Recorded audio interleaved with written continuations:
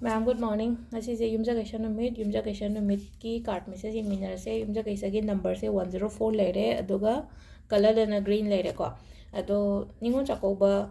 I have do oiling a city ko. Ado Ningo Chakouba, Oibase, I can normal ma'am, that request a matoja. I description the number. Ama hapam gebo ko sigi number se akoi kano tawbane hadi manipur gini ko dum aigi sunate number se angamba kitang lupa yang khaira chamara kano ma donate tawbiyo se da dum kano da ibiyo hadi magi message dum thoibi tarot dagi lakpo ko khangna bane damakta ko thoibi tarot na iraga dum hadi angamba do hadi aina mingonda akoi nungti gi video yingese akoi mi lishing jonga mukti yingbina ko mi chamadang mi yang khai kano mi chama yang khai katang chama natra yang khai gumba adum mana katang kitang pang matamda haziki moina tawriwa fund drive sina kamai tawge hai kan jetane only just akoigi chak thongna ba gas cylinder kari class si se leira ga pi bane ba ko ado ai gi so angamba khara budi isagi kano hadi individual na di hap khare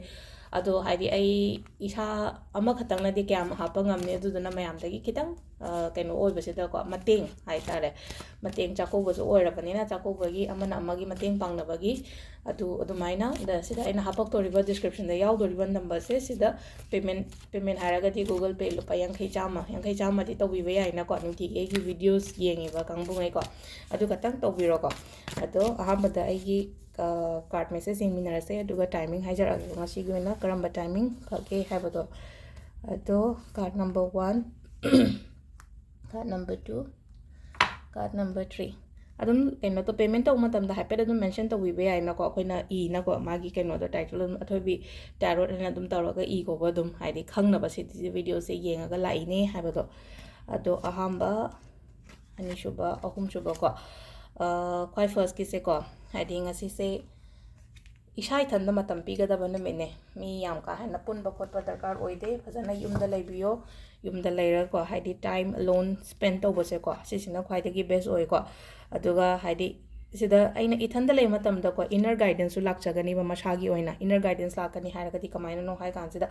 akhoi mi me am pullaga di wakan ju thokte na ko adim ithanda lay matam da ko wakan ju tholo po ko do mai oina oi bodong asi se ko aduga ahum ani shuba se no kadang dungai ta bagumba maina mi na keno ma hairak pada heart to bagumba do maina oina oi ko ngasi goina hairagadi ado just temporary ne ngasi ngatangi oiraga su ko aduga sida yari ngai khanaba chaina ba khotba avoid to ignore to ngasi goina hairagadi aduga ahum shuba gisina ko haidi